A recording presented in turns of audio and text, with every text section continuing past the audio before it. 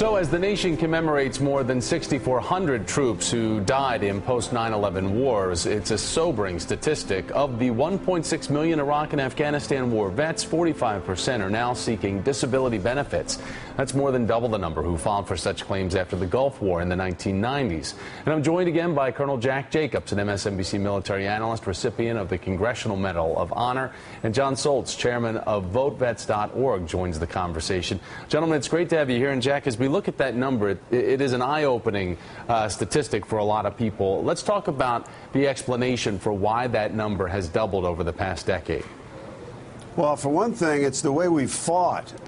When you send people down unsecured roads on administrative and logistical jobs, and you do not secure the front and flanks of the road, you're making a big mistake. It's just an invitation to get killed or wounded by an improvised explosive device. And as a matter of fact, the large majority of our casualties have been as the result of improvised explosive devices.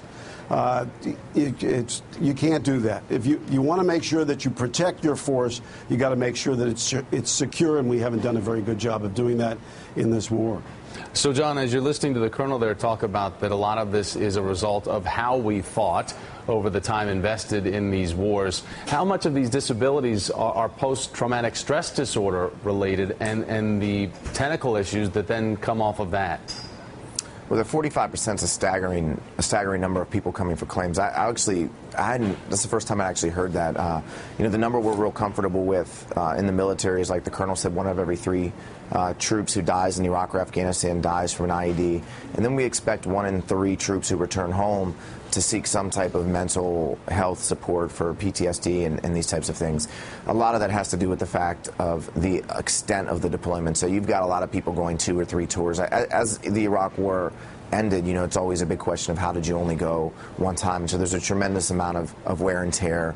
The PTSD, the traumatic brain injury, which isn't something that a lot of people seek treatment for. Unlike other wars, for instance, Colonel Jacobs was in Vietnam, 1 of every 3 troops who was wounded died. But in this war, we've been able to save more on the battlefield, and now we're only losing 1 of 8.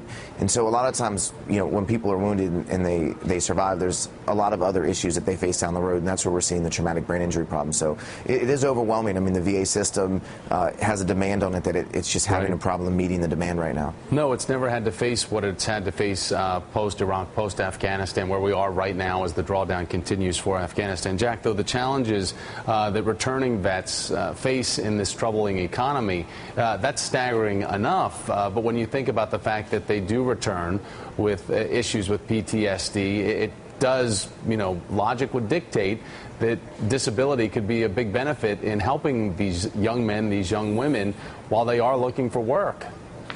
Well, there is a lot that's being done. A lot of corporations are working on getting veterans trained and hired.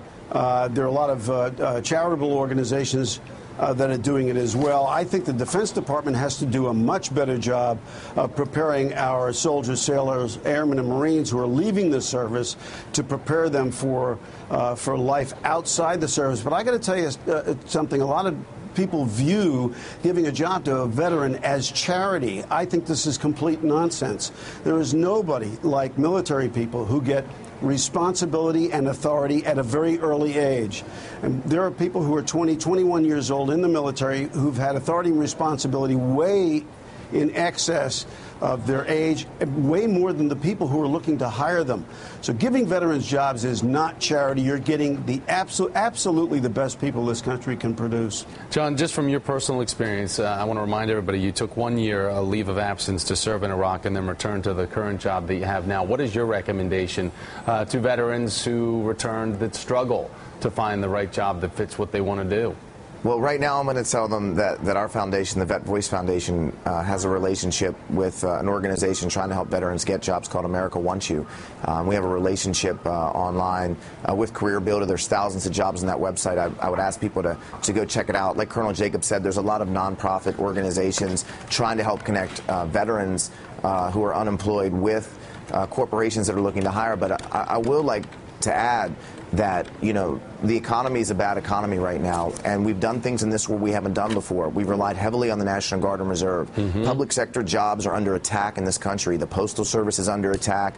State government jobs are under attack. Teacher jobs are under attack. These are traditionally the types of jobs that are required, you know, if Guard and Reservists are going to serve their country, that they need to work in these types of jobs, because basically 1 out of every 5 years they're deployed. So it's hard for a small business owner to keep these individuals on, you know, to bring them back and guarantee they have a job. If there's no job for people who work for small business or private corporations that are under attack, if there's no job when they come home, there's no job that can be protected under the Soldiers and Sailors Relief Act. So because we've relied so heavily on Guard and Reservists in this war, a lot of them come home and there's just no job to return to. Gentlemen, thank you. Colonel Jack Jacobs, Jon Soltz, we appreciate your time this morning.